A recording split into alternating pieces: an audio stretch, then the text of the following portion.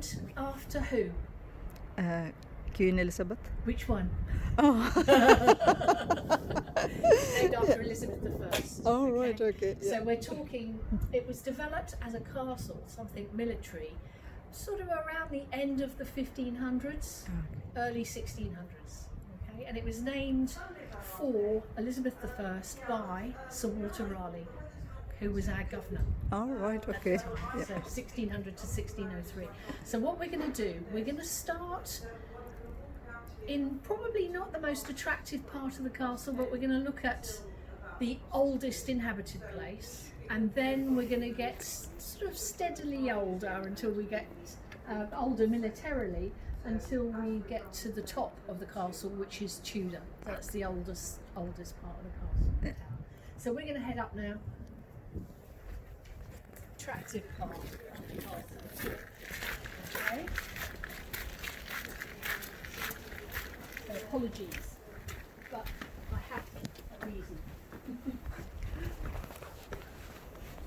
You'll see a lot of concrete in the walls.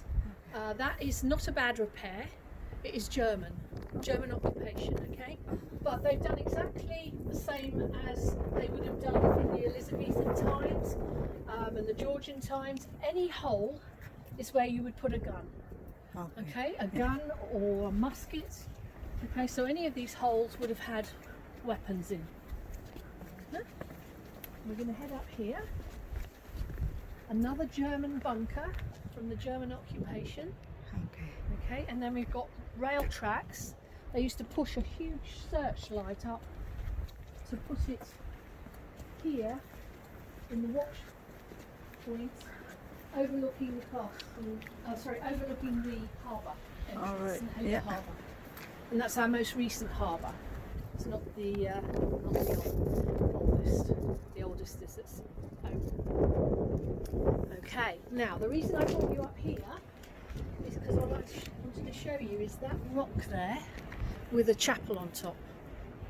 Do you see it? Big rock. I can With the see the chapel on big the rock. top? Yeah, chapel. Do you see a little chapel? Oh, yeah, Yeah. okay. Yeah, okay. That is the oldest inhabited Okay. part Yeah, of the castle. yeah, I hope. In fact, yeah. this place started as a Christian religious site. All right, okay. Okay, it yeah. was never a castle originally. All right, okay. Okay. Thank you. So That's a very this good here- information. Yeah. There's a cave, and Okay. inside the cave we had Helier. He was a monk. Okay. He was a Belgian monk, and he was an eremite monk, which meant he liked to be alone. So he sat in his cave out there in 540 AD, a long time ago, Amazing. 1500 years ago. Yeah. He used to be quite helpful to the local public here because he used to warn of raiders coming in from the sea. Okay. So he used to warn them, and they used to be able to protect themselves. Yeah. But in 555 AD, Okay. okay, Yeah. so essentially 15 years after he arrived there, the raiders got fed up with him, and they got an axe and they chopped his head off. Okay. Yeah. Now the miracle that happened was he picked his head up, carried it under his arm for a few hundred meters, and that was a miracle. So they canonised him. They made him a saint. Yeah. So it's the only Jersey saint. All the other parishes and things that are named after saints, not local. This one is local. So Saint Helier. And if you look at the crest of St Helier, the parish, it's got two crossed axes, and the axes are pointing up.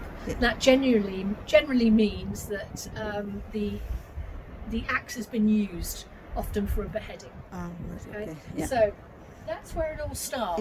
Yeah. Okay. And because you have a saint here, the French, because we were part of France, part of Normandy, until 1204 AD, we were part of Normandy. The French decided to build an abbey here. Okay. The abbey, I can show you where it was. Unfortunately, it gets blown up. All right. Okay. Okay, during the Civil War, unfortunately, and it becomes an abbey, and then it gets demoted to a priory, and so all of that happens before any castle is built. Okay, But the reason why this site becomes quite useful is because in Gorey, out at the east, in Gorey, you've got another castle, Montorgueil. Yes. Now, Montorgueil Castle is a bows and arrows medieval castle. That one, because we have gunpowder invented, it becomes not defendable. So they think, well, where can we put another castle? There's that big abbey out on the rocks there. That's quite useful. That's in a good position. Let's start building it there.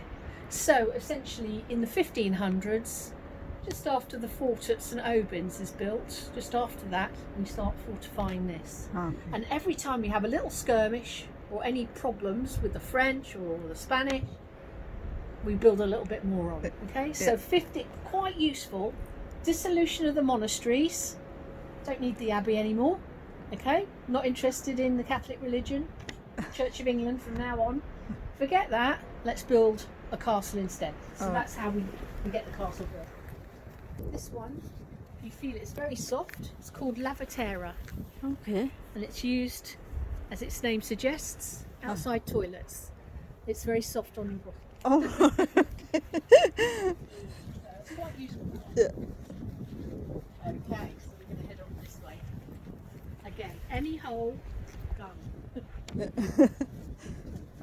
Or cannon. Oh.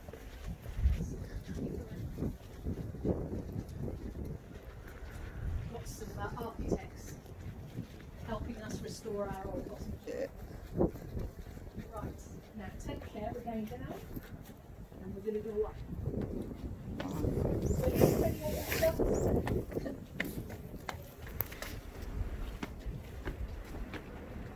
We have a bell tower, that's quite recent. Okay. They would ring a bell when the tide is about to cover the causeway, Okay. and any soldiers that are having a drink in town have to run back. All right. Fortunately, very many did drown. We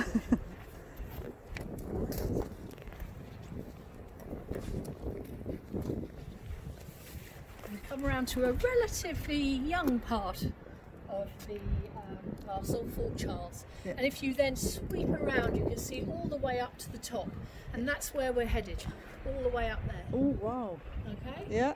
It's quite a long way. It's Yes, about it 2 is. miles Yeah. from end to end. Yeah. Yeah. So Fort Charles is named for Charles II. Okay. Charles II stayed here. Yeah. Once when he was a prince in 1636, he was a teenager, and once when he was effectively king in 1639. He doesn't become king until we have the restoration of the monarchy until 1660, but we declared him king in Jersey. Second place in the British Isles to do it. So Charles, teenager, comes here. He's hosted by Mr. Carteret, George Carteret. Now George Carteret goes to St Malo, buys him a full-size boat, and he brings it back here, and Charles goes up and down all day pretending to be a captain. He loves it. He's a teenager, to be clear. So this is why Fort Charles, named after what becomes Charles II. Okay, but this is quite a young piece. We're heading up right to the top, and over there is the Tudor piece, which was built essentially during that period, Elizabeth's reign, end of 1500s, early 1600s. Okay, so we're headed up there because the governor's house is the most spectacular building. Oops, careful. Yeah. Right. Head up. Just see if anybody wants to join us.